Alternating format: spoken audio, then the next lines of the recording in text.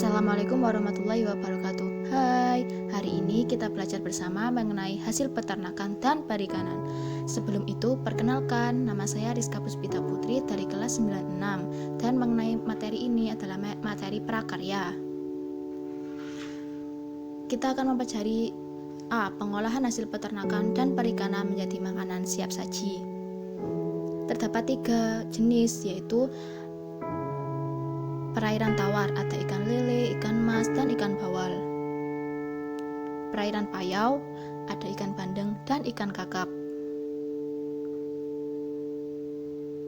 Perairan laut, ada ikan tuna, ikan tenggiri, dan ikan kembung.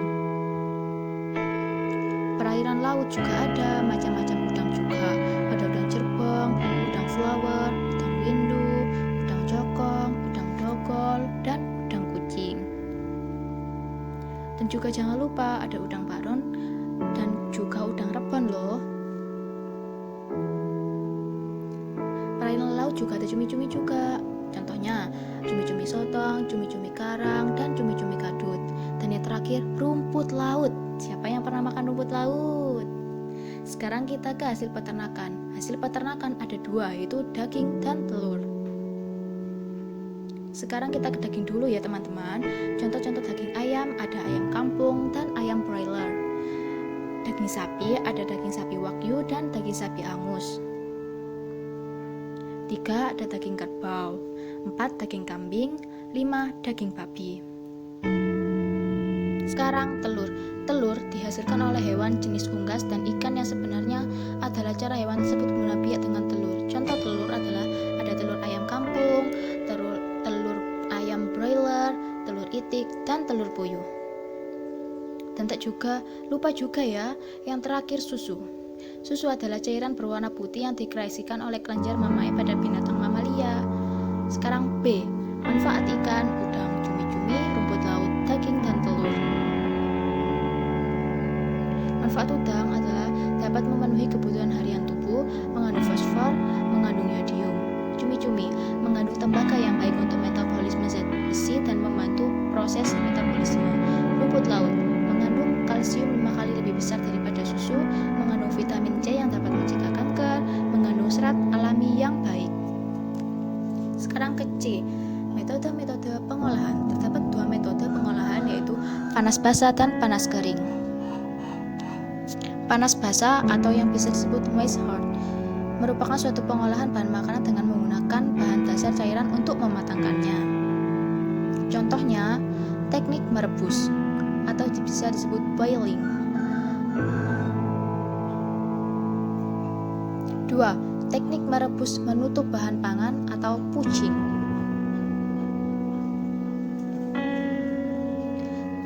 3.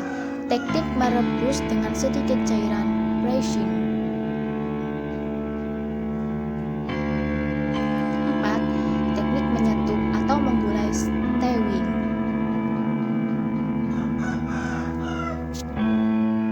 5. Teknik mengukus atau steaming.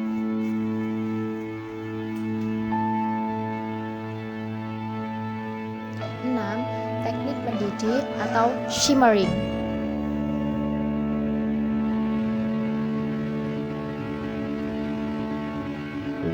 Dan yang terakhir adalah teknik mengetim. Apakah kalian pernah mencobanya? Dan yang kedua adalah panas kering atau disebut dry heat. Teknik mengolah makanan tanpa bantuan bahan dasar cairan untuk mematangkannya. Contohnya ada 1. Teknik menggoreng dengan minyak banyak atau bisa disebut deep frying.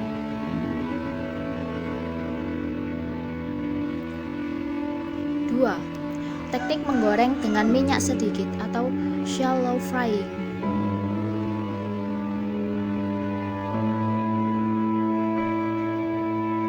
3. Teknik menumis atau sauteing.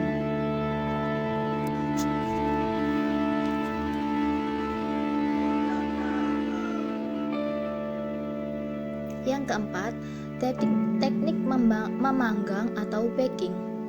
Teknik pengolahan bahan makanan di dalam oven dengan panas dari segala arah. Yang kelima, teknik membakar grilling. Teknik pengolahan makanan di atas merupakan lempengan besi panas atau di atas pan datar. Selesai sudah kita masuk ke materi selanjutnya, yaitu pengolahan hasil peternakan dan perikanan menjadi olahan pangan setengah jadi. Yang pertama, jenis olahan pangan setengah jadi yaitu ada bakso ikan, dendeng cumi, terasi udang, tepung rumput laut, telur asin, dan lain. 2. Manfaat olahan pangan setengah jadi. Ada 2, yaitu pengawetan daging dan pengasapan ikan. Pengawetan daging ada beberapa cara, yaitu pengawetan daging dengan suhu rendah.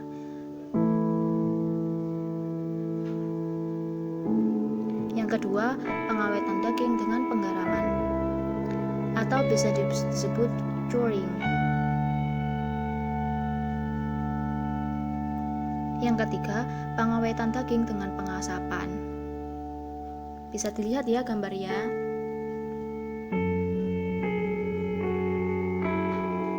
Yang keempat, fermentasi daging, yaitu proses penguraian senyawa kompleks yang terdapat pada daging. Yang kelima, pengeringan daging.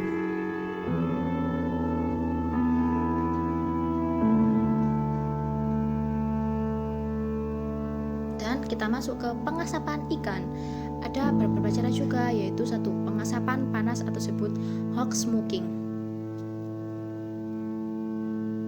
Yang kedua, pengasapan dingin atau cold smoking.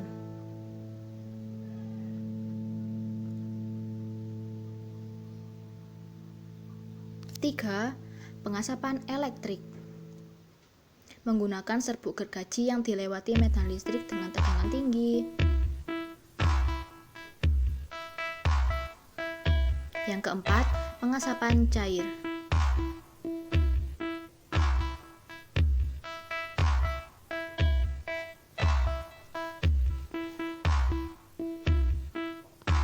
Sekarang, tujuan dari pengemasan itu sendiri.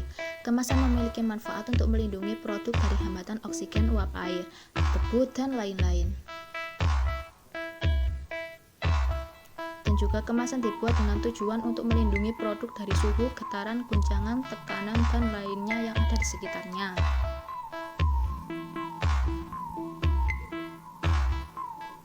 Dua, penyajian dan pengemasan. Penyajian makanan adalah suatu cara untuk menghidangkan makanan, sedangkan pengemasan merupakan tahap akhir dalam proses pengolahan pangan sebelum dipasarkan. Selanjutnya, fungsi. Fungsi dibagi menjadi 2, yaitu fungsi protektif atau fungsi promosional.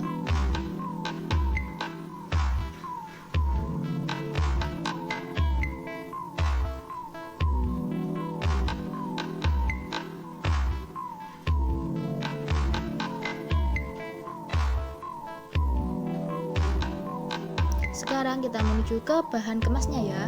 Bahan kemasnya juga ada beberapa macam, yaitu pertama, kertas, plastik,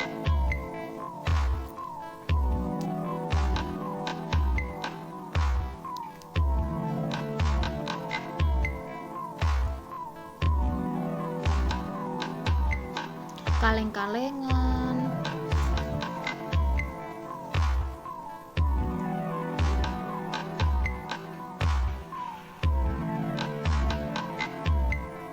styrofoam.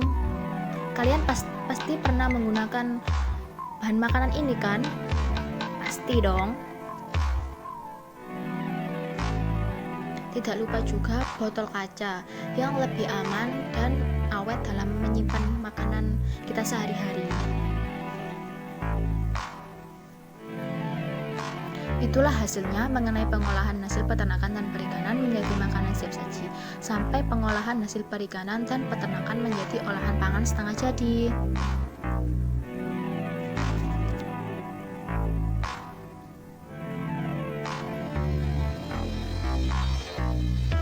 Alhamdulillah. Terima kasih banyak teman-teman sudah menonton. Semoga bermanfaat ya. Saya hanya ingin mengucapkan banyak Banyak sekali maaf jika perkataan saya ada yang menyinggung kalian. Dan terima kasih sudah menonton. Wassalamualaikum warahmatullahi wabarakatuh.